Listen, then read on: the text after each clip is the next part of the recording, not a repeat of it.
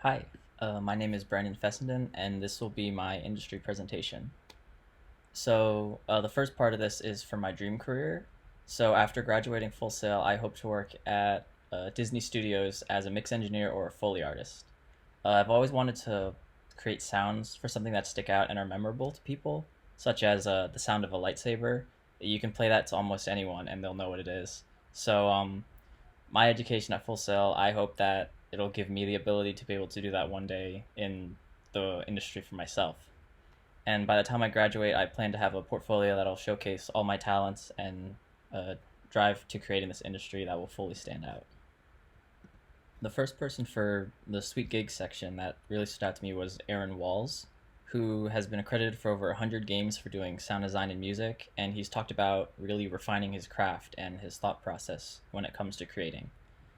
He talks about the mindset he has when working on different projects. For mobile games, he only makes about 5 minutes of music, but has to balance what each song is used for, how long it's heard for, how repetitive it is, and if they need any changes by the client.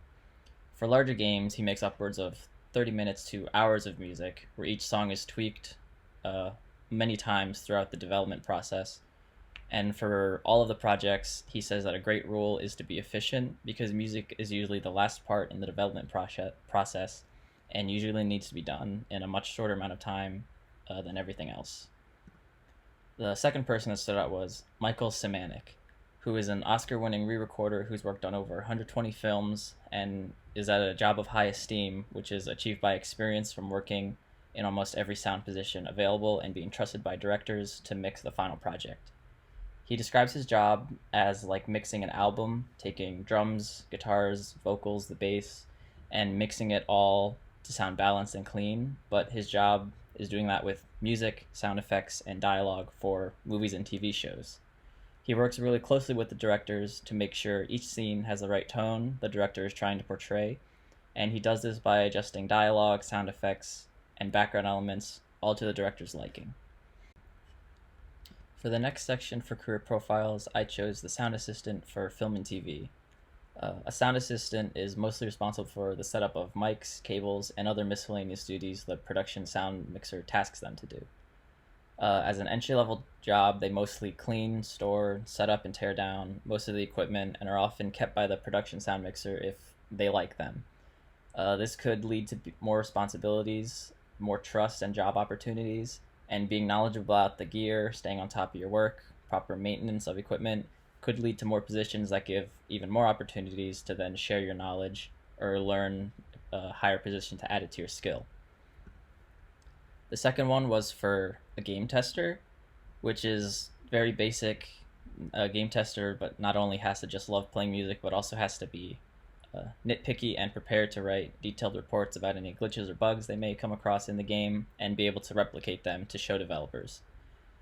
Being able to provide the best proof of your passion and voice your own ideas within the limits as a tester, as well as being a reliable help to the developers, can lead to potential opportunities to work for them as an artist or for quality assurance, or to just come back as a game tester and hopefully increase that relationship. For me, taking interest in sound design choices and providing feedback with detailed explanations could lead to a better position to help voice how sounds appear in games, depending on if they sound out of place, depending on the effect level of reverb or delay they have. It could lead to a position to create sounds for maybe a company or for another job opportunity. And lastly, would be for live production as a stagehand. They're usually labor of the stage, moving cases, running cables, setup and tear down of other things, very tedious jobs. And most often they're hired locally for whatever city a show needs them in, but they still need to have a basic understanding of stage terminology, lighting, audio, and video. Taking a job like this would be a good way to gain hands on experience, ask questions, and learn in a live stage environment. And previously having experience in high school and previous performances, doing it professionally could lead to an opportunity as an official crew member for touring or for being a candidate for a future project. Lastly, I have this industry video for how the sound effects in A Quiet Place were made. That'll be linked in the credits for this presentation, but in that video they talk about most of the sound effects, how it's all Foley. That movie is different because it has a very big lack of sound and mostly is all silent.